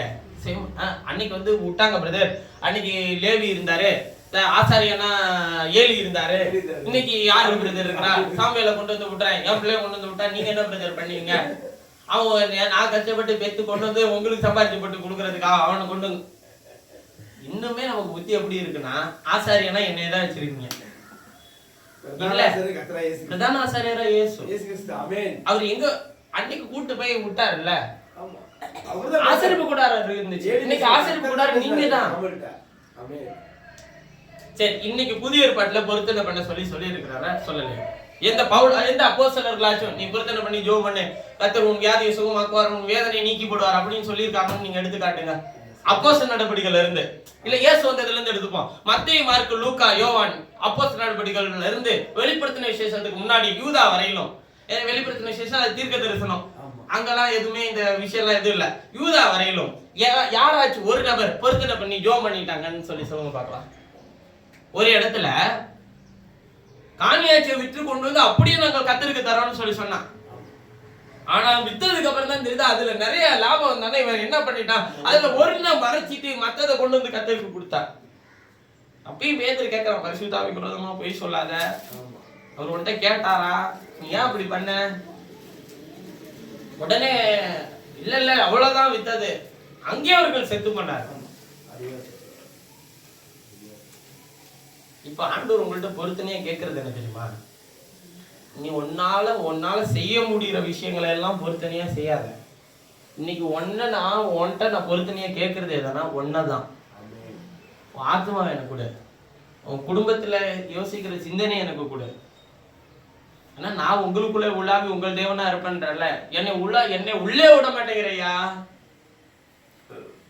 உன் குடும்பத்துல வாசம் பண்ண என்ன விடு, என்ன உன் தேவனா இருக்க விடு, உன் இருதயத்தை எனக்கு கொடு, நான் உனக்குள்ள வாசம் பண்ணணும். தேவைகளுக்காக பொருத்தனை செய்யாதீர்கள், தேவையானது ஒன்றே, அவரை விட்டு எடுபடாத நல்ல பங்கை பெற்றுக் கொள்ளுங்கள். ஆண்டவரை எது இருந்தாலும் எது இல்லை என்றாலும் உண்மை விட்டு பிரிக்காத ஒரு காரியத்தை, ஒரு சூழலை எனக்கு எப்போதும் தாரும். என்னை பிரிப்பவன் யார்? உயர்வோ தாழ்வோ, வேற எந்த சூழ்நிலை, வேற எந்த சுரட்சியானாலும் கிறிஸ்துவின் அன்பை விட்டு என்னை பிரிக்க கூடாது அப்படின்ற ஒரு நிச்சயத்தோட வாழ்வோம். சரி, இயேசு கிறிஸ்துவினுடைய ரத்தம் கொஞ்சம் குறைய எல்லாம் ரத்தத்தினாலே சுத்திகரிக்கப்பட்டது. இப்ப நியாயப்பிரமாணத்தையே இவ்வளவு வேல்யூவா வச்சிருக்கிறாருன்னா, இவ்வளவு வல்லமையா வச்சிருக்கிறாருன்னா, இவ்வளவு அதிகாரம் வச்சிருக்கிறாருன்னா என்ன சொல்றாரு? எங்க மரண சாசனம் உண்டோ அங்க அந்த சாசனத்தை எழுதினுடைய மரணமும் என்ன பண்ணணும்ன்றாருங்க, உண்டாக வேண்டும். அதான் சரின்றாரு. இப்ப மரண சாசனம் எது? நியாயப்பிரமாணம். மரண சாசனத்தை எழுதினவர் யாரு? முறையா மோசே, ஆண்டவர் சொல்ல மோசே எழுதிட்டு வந்தாரு. ரெண்டாவது முறை ஆண்டவரே எழுதி மோசே கையில கொடுத்து அனுப்பினார். சாரி, முதல் முறையா ஆண்டவர் எழுதி மோசே கையில கொடுத்தார். ரெண்டாவது முறை ஆண்டவர் சொல்ல மோசே எழுதிட்டு வந்தார். எழுதிட்டு வரும்போது தான் அவனுடைய முகம் என்னவா இருந்துச்சுங்க, பிரகாசம். இப்ப கவனிங்க, மரண சாசனத்தை கொடுத்தது யாரு? நான் தான். அவருதான் சொல்றாரு. நியாயப்பிரமாணத்தை அழிக்க இல்ல, நிறைவேற்றவே வந்தாரு. அப்ப கொடுத்தவரே மாம்சத்துல வந்து மரண சாசனத்தை நிறைவேற்றணுமா இல்லையா? அதுக்கு அவர் என்ன பண்ண வேண்டியதா இருந்தது? மறிக்க வேண்டியதா இருந்தது. குற்றத்துக்கு குற்ற நிவாரண பலி செலுத்தினா, பாவத்துக்கு பாவ நிவாரண பலி செலுத்தினா, சமாதான குறைவா இருந்தா சமாதான பலி செலுத்தினா, ஆராதிக்க சர்வாங்க தகன பலி செலுத்தினா, இப்படி பலி செலுத்திட்டே வந்த தம்முடைய ஜனங்களுக்கு ஒரே தரம் பலியாகி, குற்ற நிவாரண பலியாய், சர்வாங்க தகன பலியாய், சமாதான பலியாய், பாவ நிவாரண பலியாய், எல்லா பலிகளுக்கும் மேலான பலியாய் ஒரே தரம் தன்னுடைய பலியினாலே எல்லாவற்றையும் சுத்தமாக்கிட்டு போயிட்டார். சுத்தமாக்கிட்டு இப்ப என்ன பிரச்சனைனா, இந்த வேலை செஞ்சவெல்லாம் எனக்குள்ள வரமாட்டான். இப்ப அநேகர் கிழக்கிலும் மேற்கிலும் இருந்து வந்து ஆபிரகாம், ஈசாக்கு, யாக்கோபு என்பவர்களோடு கூட என்ன இருப்பார்கள்ன்றாங்க? பாந்தி இருப்பார்கள்ன்றார். நூற்றுக்கதிபதி சொல்லும் போது அவர் சொல்லுகிறார், இஸ்ரவேலர்களுக்குள்ள நான் இப்படிப்பட்ட விசுவாசத்தை பார்க்கல. காரணம், அவன் விசுவாசிக்கிறது நியாயப்பிரமாணத்தை. ஆனா நீ விசுவாசிக்கிறது எதை? நியாயப்பிரமாணத்தை நிறைவேற்ற வந்த என்ன? என்னுடைய வாயிலிருந்து புறப்படுகிற வார்த்தையை. நீங்களும் நானும் எதை விசுவாசிக்கிறோம்? அவருடைய வாயிலிருந்து புறப்படுகிற வார்த்தையை. அப்ப பைபிள் தெளிவா சொல்லுது பாருங்க. 17வது வசனம், எபிரேயர் 9:17, எப்படி எனில் மரணம் உண்டான பின்பே மரண சாசனம் உறுதிப்படும். அதை எழுதினவன் உயிரோடு இருக்கையில் அதற்கு என்ன இல்ல? இயேசு உயிரோடு இருக்கிறார் இல்லைங்களா? அப்ப அவர் உயிரோடு இருக்கிறவர்கள் எதுக்கு பலனே கிடையாது? நியாயப்பிரமாணத்துக்கு பலன் இல்ல. உங்களுக்கு புரியலன்னு நினைக்கிறேன். இன்னொரு வசனத்தை வாசிப்போம், உங்களுக்கு புரியும் எது பலன் அவர் சொல்றாருன்றதை பார்க்கலாம். பாவத்துக்கு எது பலன் தெரியுங்களா? 1 கொரிந்தியர் 15.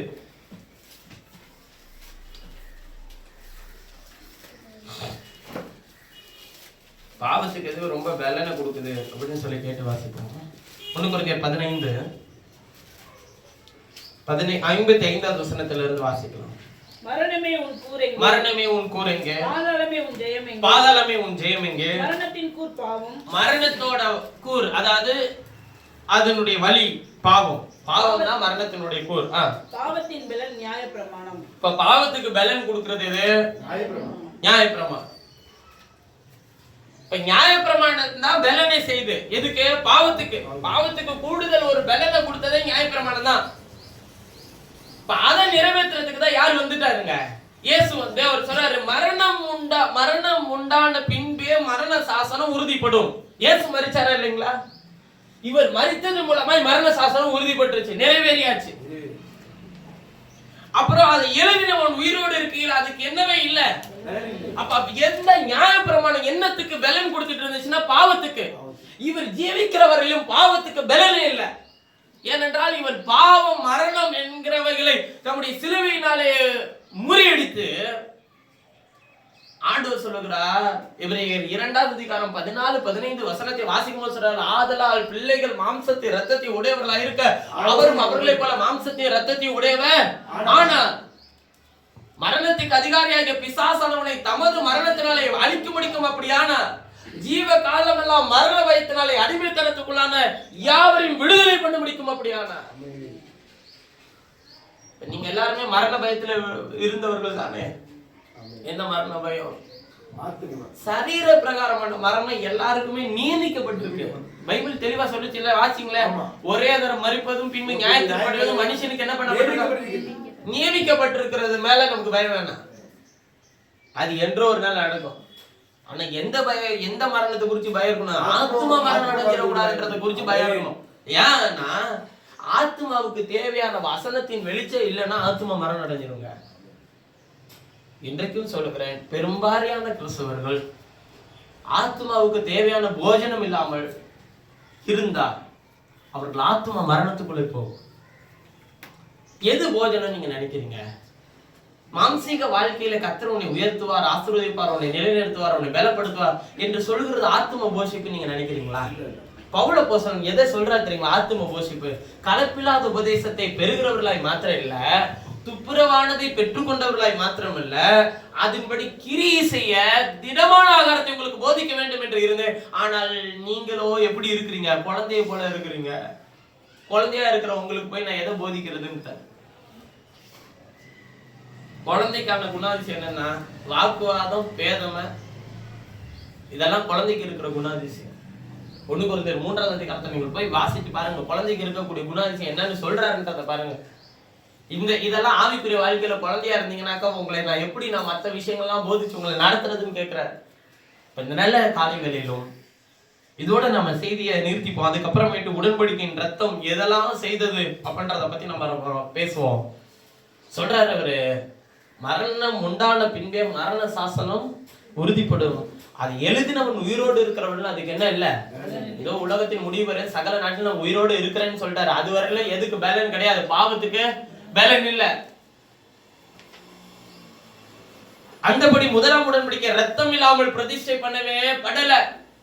அதான் மோசே ரத்தத்தை எடுத்து சகல ஜனங்களும் எல்லா கட்டளைகளும் சொன்ன பின்பு இளங்காலை, வெள்ளாட்டுக்கடா இவைகளின் ரத்தத்தை தண்ணீரோடும் சிவப்பான ஆட்டுமீரோடும் ஈசோப்போடும் கூட எடுத்து புஸ்தகத்தின் மேலும் ஜனங்கள் எல்லாரும் மேலும் தெளித்து தேவன் உங்களுக்கு கட்டளையிட்ட உடன்படிக்கையின் ரத்தம் இதுவே என்று சொன்னார். ரத்தம் எது மேல இருக்குங்க? புஸ்தகத்தின் மேலும் ஜனங்கள் மேலும் எல்லா உடன்படிக்கையின் எல்லா பணிமுட்டுகள் மேலும் இருக்கிறது. எல்லாத்தையும் உயிர்ப்பி போட வச்சிருக்கிறது எது? கர்த்தருடைய ரத்தம். நியாயப்பிரமாணத்தை இளங்காலை வெள்ளாட்டு கடாவின் ரத்தம் உயிர்ப்போட வச்சிருந்தது. ஆனால் புதிய ஏற்பாட்டில வரும்போது கர்த்தருடைய மெய்யான சத்தம், நீங்க இங்க கேட்ட ரத்தத்துல இருக்கிற சத்தம் இங்க கேட்கல, ஆனா இங்க மறுபடியும் ரத்தத்தின் சத்தம் கேட்கப்பட்டுருச்சு. உங்களுக்கு 4 ஜீவன்களை குறித்து நான் பேசியிருக்கிறேன். வெளிப்படுத்தின விசேஷத்துல 4 ஜீவன்களும் சத்தமிடக்கூடியது. முதல் ஜீவன் என்ன? சிங்கத்தின் காலம், அது சத்தமிட்டது. ஜீவன் என்றால் சத்தமிடும். இரண்டாவது காளையின் காலம், காளை என்றால் பலியின் காலம். மூன்றாவது மனுஷ முகத்தின் காலம். மனுஷனாக வந்தது யாரு?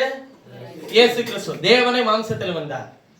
நான்காவது பறக்கிற கழுகின் காலம். நான்காவது ஜீவனும் சத்தமிடும். நல்ல கவனிங்க, ஜீவன் என்றால் சத்தமிட கூடியது. இப்ப மாம்சத்தினுடைய ஜீவன் எதுல இருக்கு? அதன் உயிராகிய ரத்தத்துல இருக்குன்னு சொல்றாரு. புரியுதுங்களா? மாம்சத்தின் ஜீவன் எதுல இருக்கா? அதன் உயிராகிய ரத்தத்துல இருக்கு. இப்ப ரத்தம் என்றால் ரத்தத்துக்குள்ள என்ன இருக்குன்னு அர்த்தங்க? ஜீவன் இருக்கு. இப்ப ஜீவன் இல்லாமல் உங்களை சுத்திகரிக்க முடியாது. இயேசுவின் ரத்தம் சகல பாவம் நீக்கி உங்களை சுத்திகரிக்கிறதுன்னு எழுதி இருக்குல்ல. பாவம் மன்னிக்கப்பட்டுச்சா? பாவங்களை கழுவி சுத்திகரிக்குது. பாவம் எப்ப மன்னிக்கப்படுது தெரியுங்களா? அதே எபிரேயர் 10ஆம் அதிகாரத்தை திருப்புங்களேன். அங்க பாருங்க என்ன பாவம் எப்ப மன்னிப்பேன்றத அங்க சொல்றாரு பாருங்களேன். 16வது வசனத்துல வாசிக்கும்போது, எபிரேயர் 10:16 வாசிக்கும்போது சொல்றாரு, அந்த நாட்களுக்கு முன்பு நான் அவர்களோட பண்ணும் உடன்படிக்கையாவது நான் என்னுடைய பிரமாணங்களை அவருடைய இருதயங்களில் என்னுடைய பிரமாணத்தை அவர்களுடைய இருதயத்தில் வைத்து அவர்களை அவர்களுடைய மனதில் எழுதுவேன் என்று கர்த்தர் சொல்லுகிறார் என்பதை உரைத்த பின்பு அவருடைய பாவங்களையும் அவருடைய அக்கிரமங்களையும் நான் இனி நினைப்பதில்லை என்று கர்த்தர் சொல்லுகிறார். இப்ப எது வந்த பிறகு? ரத்தம் மட்டும் கழுவுனா பத்தாது. பிரமாணங்களை உங்களுடைய இருதயம் அவர் சொல்றது என்ன? உங்களுடைய ஆத்மா, அவைகளை அவர்களுடைய மனதிலே எழுதுவேன் என்று கர்த்தர் சொல்லுகிறார். வசனம் உள்ள வரலன்னா எதே நினைக்க மாட்டேன்னு சொல்றாருங்க. உன் பாவத்தை இனிமே நான் வசனத்தை நான் எழுதுனாதான் நினைக்க மாட்டேன். வசனம் இல்லைன்னா நீயே அதே நினைக்க மாட்டிய. உங்களுக்கு நான் அடுத்த வாரம் இன்னொரு விஷயத்தை நான் பேசணும்னு நினைக்கிறேன். அவர் நீதியை குறித்தும் பாவத்தை குறித்தும் நீதியை குறித்தும் நியாய தீர்ப்பை குறித்தும் உலகத்தை கண்டித்து உணர்த்துவார்னு எழுதி இருக்குல்ல. பாவத்தை குறித்து அப்படின்னா பாவம் எது, சரி எது, தவறு எது அப்படின்னு நினைக்கலாம். நீதியை குறித்துனா எது? அதை பத்தி நம்ம அடுத்த வாரம் பேசுறோம். ஏன்னா இவர் செய்த ஒரு நீதி இருக்கு. ரத்தத்தை தெளித்தான் என்பதோடு கூட மாத்திரம் நிறுத்துவோம். ஏன்னா 22வது வசனத்தோட நிற்பாட்டிடுவோம். நியாயப்பிரமாணத்தின்படி கொஞ்சம் குறைய எல்லாம் ரத்தத்தினாலே சுத்திகரிக்கப்படும். ரத்தம் சிந்துதல் இல்லாமல் என்ன உண்டாகாது? மன்னிப்பு உண்டாகாது. இதுக்கப்புறம் இருக்கிற விஷயம் ஒரு நீதியை செய்து காண்பிப்பார். ரத்தத்தோடு ரத்தம் ஒரு நீதியை செய்து காண்பிக்கும்.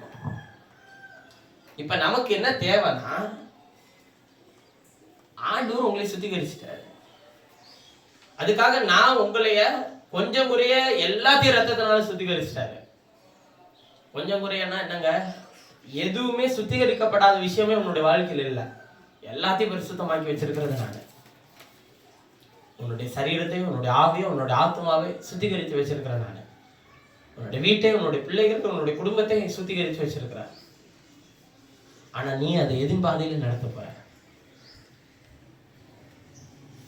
சுத்திகரிக்கப்பட்டவர்கள் பரிசுத்தமானதை தேட போறீங்களா, அசுத்தமானதை பின்தொடர போறீங்களா?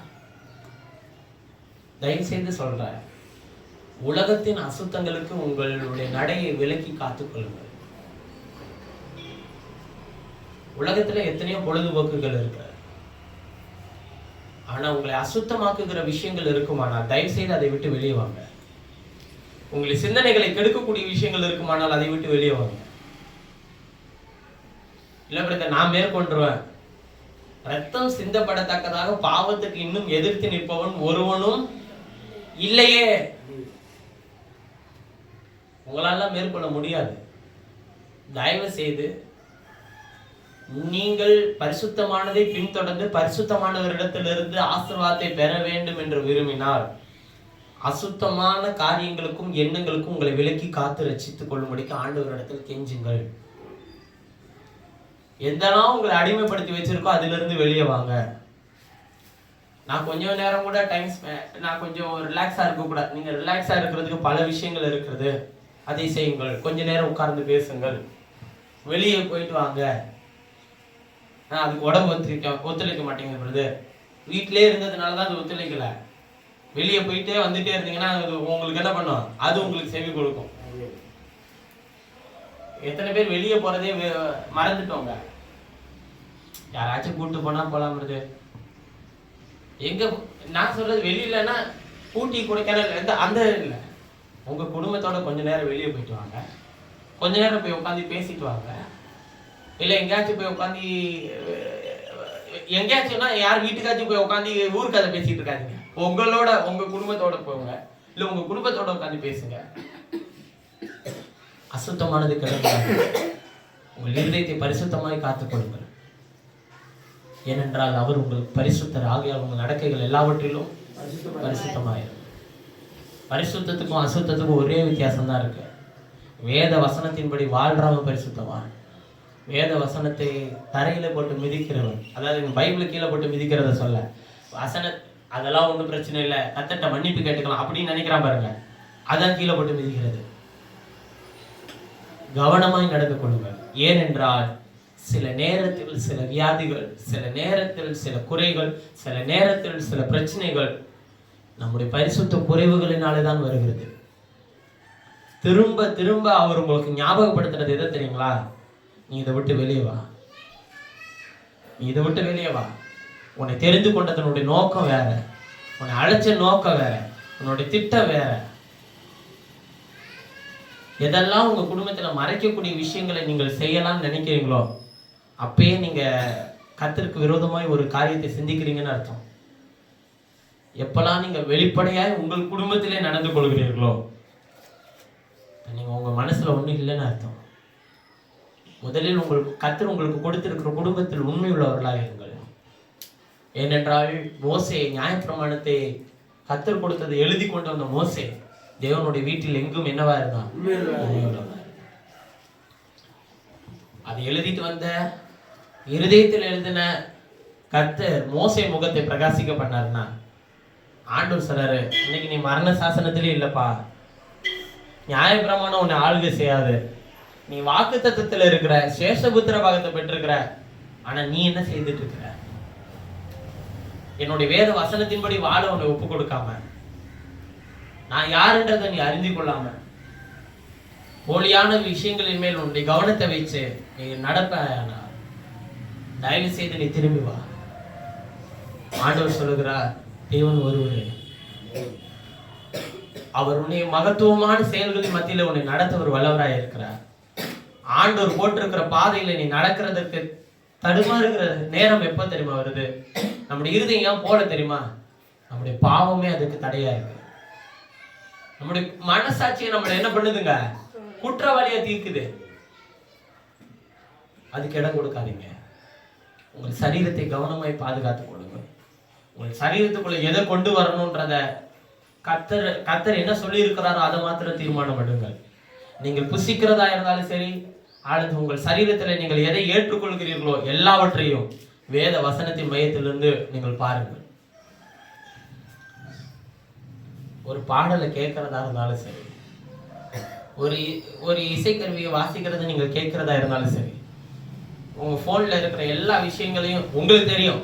அது யாருக்கு தெரியும்னு அவசியம் இல்லை, உங்களுக்கு தெரியும்.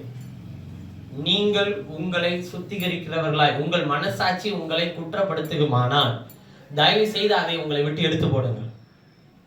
ஏன்னா இன்னைக்கு நம்ம பண்ற எல்லா விஷயத்தையும் ரகசியமா வச்சுக்கிறதுக்கு உதவியா இருக்கிறது எது தெரியுமா? நீங்க உங்க கையில வச்சிருக்கிற போன் தான். அதுக்குள்ள எதை நீங்க மறைச்சு வச்சிருந்தாலும் சரி, தேவனுக்கு முன்பாக அது வெளியரங்கமா இருக்கு. தயவு செய்து அதை எடுத்து போட்டுருங்க.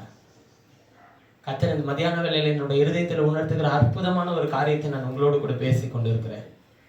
என்னுடைய ஆலயம் பரிசுத்தம் உள்ளது. நான் வாசம் பண்ணக்கூடிய ஆலயம். அது விளையாடப்பட்ட ரத்தத்தினால தெளித்து அடையாளப்படுத்தி வச்சிருக்கிறேன். நான் என்னுடைய ரத்தம் பரிசுத்தமானதை பேசுகிற சத்தத்தை நீ கேட்கணுமா? உன்னுடைய இருதயத்துக்குள்ள மறைச்சு வச்சிருக்கிற எல்லா விஷயத்தையும் எடுத்து வெளியே போடு.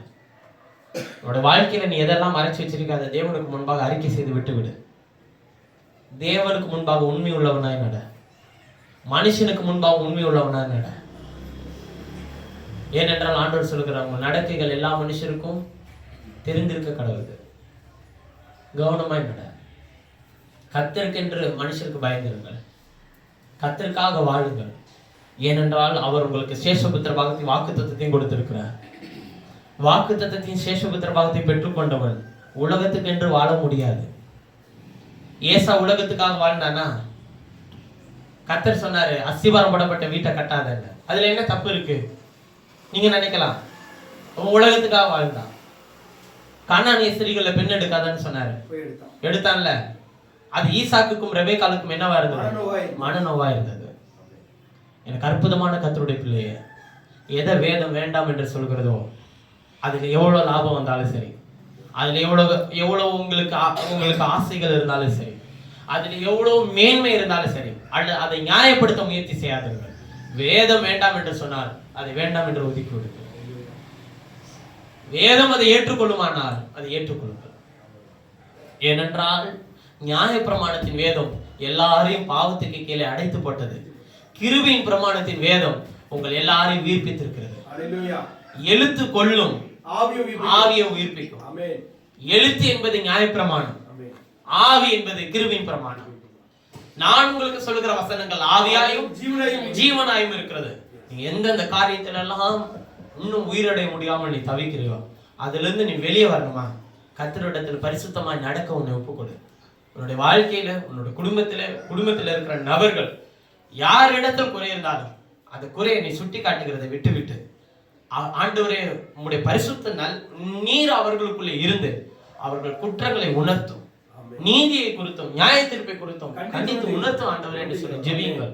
அடுத்த வாரம் நான் அதை குறித்து உங்களோடு கூட நான் பேச நான் விரும்புகிறேன். கர்த்தர் அதை குறித்து இன்னும் என்னோடு கூட பேசி வருகிறார். நீதியை குறித்து,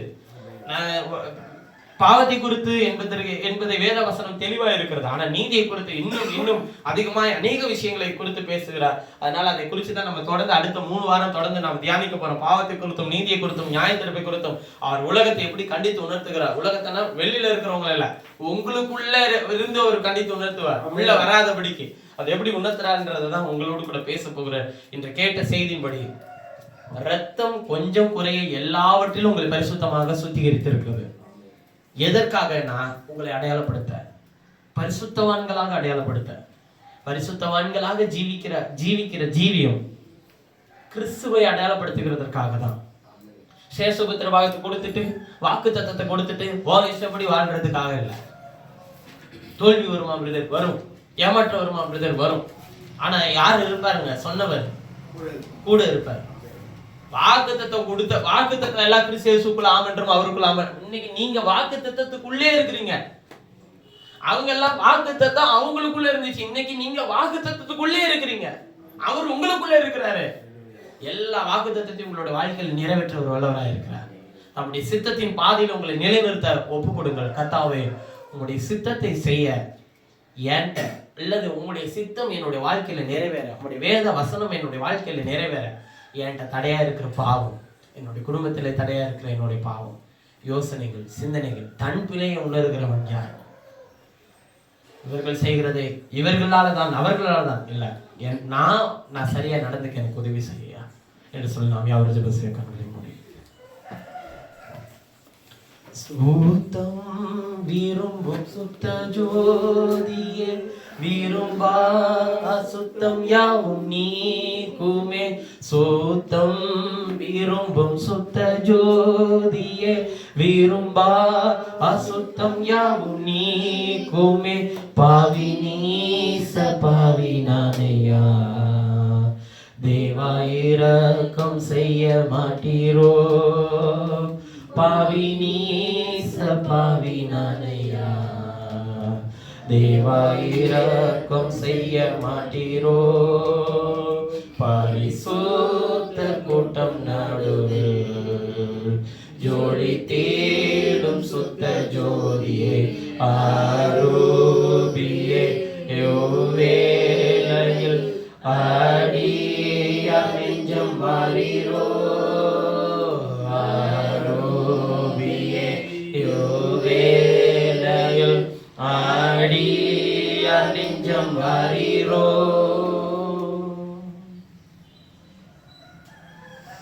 எங்களை நேசிக்கிற எங்கள் பரலோக பிதாவே, ஆசீர்வதித்து கொடுக்கப்பட்ட அற்புதமான நல்ல மதியான வேலைக்காக உமக்கு ஸ்தோத்திரம் ஐயா. அன்றைக்கு நியாயப்பிரமாணத்தின் காலத்திலே மோசே வெள்ளாட்டுக்கடா, இளங்காலை இவைகளின் ரத்தத்தை தண்ணீரோடும் ஈசோப்பு கொத்துகளோடும் எடுத்து புஸ்தகத்தின் மேலும் ஜனங்கள் எல்லாரும் மேலும் தெளித்தான். அன்றைக்கு இஸ்ரவேலர்களுக்கு இரட்சகராக இருந்தது மோசே.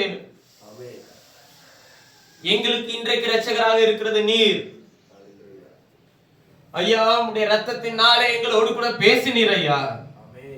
ரத்தம் அவர்களுக்கு ஒரு அடையாளமாக இருந்தது, ஆனால் இன்றைக்கு அந்த ரத்தம் எங்களுக்கு ஒரு சத்தமாக இருக்கிறது. அவர்களுக்கு அடையாளமாக இருந்த ரத்தம் இன்றைக்கு எங்களுக்கு சத்தமாக இருக்கிறது. எங்களோடு கூட பேசுகிறது, எங்களை வழி நடத்துகிறது, எங்களை உணர்த்துகிறது, எங்களை சந்தோஷமாய் நடத்துகிறது, எங்கள் குறைகளை குற்றங்களை மன்னிக்கிறதா இருக்கிறது. எங்கள் பாவங்கள் எங்களை கழுவி பரிசுத்தமாக நாங்கள் எங்களுடைய இருதயத்திலிருந்து, எங்கள் இருதயம் எந்தெந்த காரியத்திலெல்லாம் குற்றவாளிகளாய் தீர்க்கிறதோ அந்த காரியத்திலெல்லாம் எங்களை பரிசுத்தப்படுத்த ஐயா. எங்கள் குடும்பத்தை பரிசுத்தப்படுத்த ஐயா. நாங்கள் பார்க்கிற பார்வைகள், நாங்கள் யோசிக்கிற யோசனைகள், நாங்கள் சூழலை சொல்லலாம், சரீரத்தின் பலவீனத்தை சொல்லலாம், ஆனால் உமக்கு முன்பாக வரும்போது எதையும் சொல்ல முடியாது. ஏனென்றால் எங்களுக்காக நீ சகலத்தையும் செய்து வைத்திருக்கிறேன். நீர் கேட்பேன், நான் கொடுத்த பரிசுத்தம் எங்கே? உன்னுடைய இருதயமே உன்னை குற்றவாளியா தீர்க்குதே. உன்னுடைய ரத்தத்தை நீ என்ன பண்ண? நான் பேசின சத்தத்துக்கு நீ ஏன் செவி கொடுக்கல என்று நீ கேட்கும்போது நாங்கள் எங்கே போய் நிற்போம் ஆண்டவரே? எங்களை தரை மட்டுமாய் தாழ்த்துகிறோம். நீர் எங்களை ஒரு வீசை பரிசுத்தப்படுத்தும். நீ அந்நிய ரத்தத்தினால எங்களுக்குள்ளே நீர் எங்களுக்காக போகவில்லை. உடைய பரிசுத்த ரத்தத்தினாலே நீர் எங்களுக்காக உள்ளே போயிருக்கிற. அதுதான் நீதி. அந்த நீதியை நாங்கள் அசட்டை பண்ணாதபடிக்கு எங்களை தயவாய் காக்க முடிக்க உடைய கருத்தில் ஒப்பு கொடுக்கலையா? எது நீதி? எங்களுக்காக சொந்த ரத்தம் உள்ளே இருக்கிறது கர்த்தாவே. நீர் உடைய ரத்தத்திலிருந்து எதெல்லாம் பேசுகிறீரோ அதை செய்கிறது தான் நீதி. உம்முடைய வார்த்தையிலிருந்து எதெல்லாம் பேசுகிறீரோ அதுதான் நீதி. உம்முடைய வேத வார்த்தையின்படி செய்கிறது தான் நீதி. நீ சொன்ன வார்த்தைக்கு எதிராக ஒருவேளை எங்கள் குடும்பம் நாங்கள் செய்து கொண்டிருப்போமானால் எங்களை தயவாய் மன்னியும்.